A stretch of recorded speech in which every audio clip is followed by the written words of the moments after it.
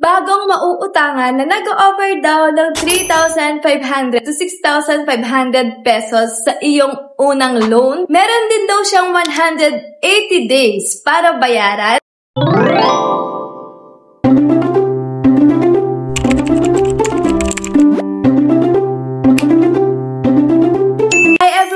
And welcome back to my vlog. In this video ay isa na naman ngang lending app ang ating re-reviewin at ito nga ay bago lang sa Google Play Store at ito ay walang iba kundi si Yescom Lending App. Meron siyang 4.7 stars at 11,000 reviews. So ganun na po kadami yung nag-review dito, meaning marami na rin po siyang user. So mamaya titignan natin kung totoo ba yung ino-offer niya na 3,500 to 6,500. Kung totoo din ba ang kanyang 180 days repayment term. Hindi ko po kayo ina-encourage mangutang, pero sino ba naman ako para bawalan kayong manghiram. Ako po ay nagre-review lamang ng mga iba't ibang lending app para nga kayo ay makapag-decide if iti-take nyo nga ang kanilang offer, kung okay ba sa inyo yung interest, at kung okay ba sa inyo yung repayment term. Kung interesado ka sa vlog na to, just keep watching. So, paano nga ba mag-apply dito kay Yescom Lending? Pag na-download nyo na nga itong app na ito, kailangan nyo lang basahin itong permission application and click agree. Dito sa kanilang dashboard, makikita nyo na 85% daw ay loan success rate. And limited lang daw to sa loob ng 24 hours. So, try natin. Click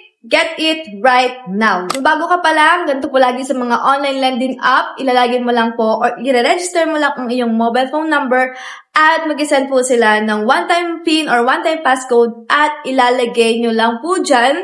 Then, create a password, click continue, and use immediately. Allow phone calls. Tip ko lang sa inyo, lagi kayong mag-clear ng mga phone calls kasi lalo na pag hindi legit yung mga lending app, ay posible silang maka-access sa inyong details or sa inyong privacy. Kasi kahit hindi nyo bigay sa contact references yung number nila, sa phone call logs naman ay maa-access po nila yung mga na-contact ninyo. Then, allow location. Makikita nyo nga na meron agad silang offer na 8,750 pesos. And sabi din dito, kapag na-fill in mo daw yung mga hinihingi nilang information, ay may chance pang ma-increase ang kanilang loan offer sa'yo. Ito nga yung mga kailangan nating i-fill in, yung ating gender, birth date, marital status, address, Facebook. Medyo red flag sa akin pag hinihingi yung Facebook account. Then, alternate mobile phone number. By the way guys, sinerch ko nga pala siya sa SEC. Ang SEC po or Securities and Exchange Commission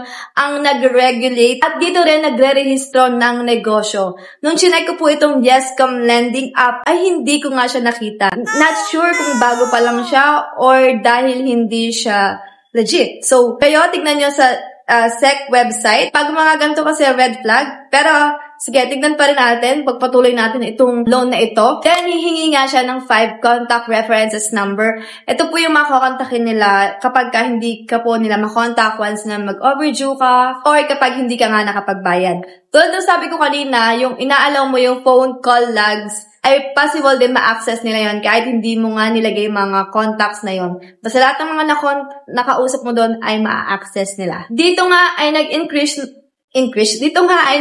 na siya ng 17,500 pesos. Wow. Ang okay sa laki ha.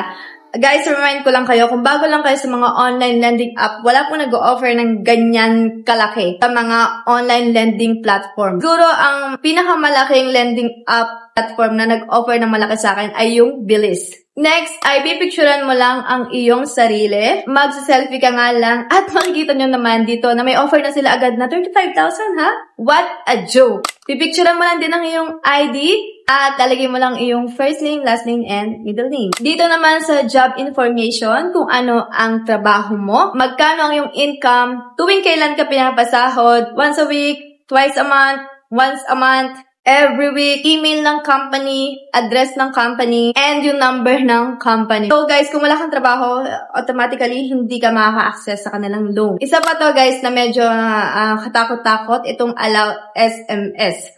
Kasi yung mga messages mo ay ma-access po nila. Withdrawal account type. Tip ko lang, huwag kayong maglalagay ng bank account pagka mga alam nyo ng red flag na lending app. Much better yung wala kayong masyadong transaction. Kung meron kayong GrabPay na lang kasi yung GCash, usually yun na yung ginagamit natin, di ba? Available dito is GCash, PayMaya, and GrabPay. By the way guys, today is April 30, 2025.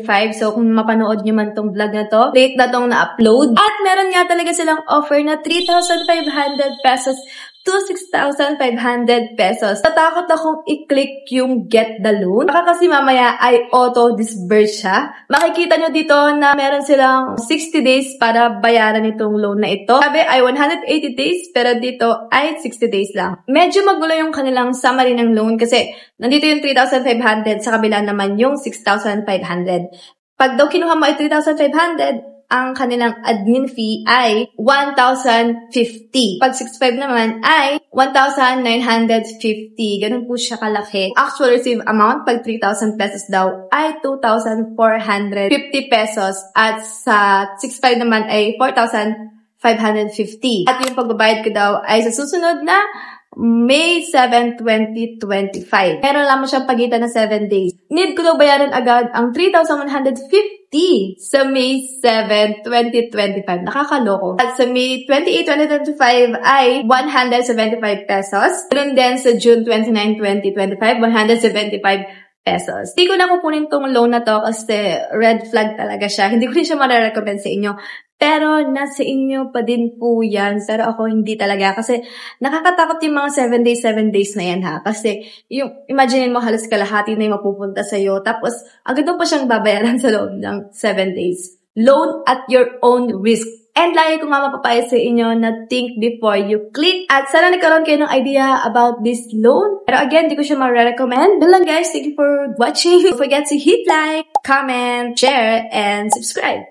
Bye! God bless us all.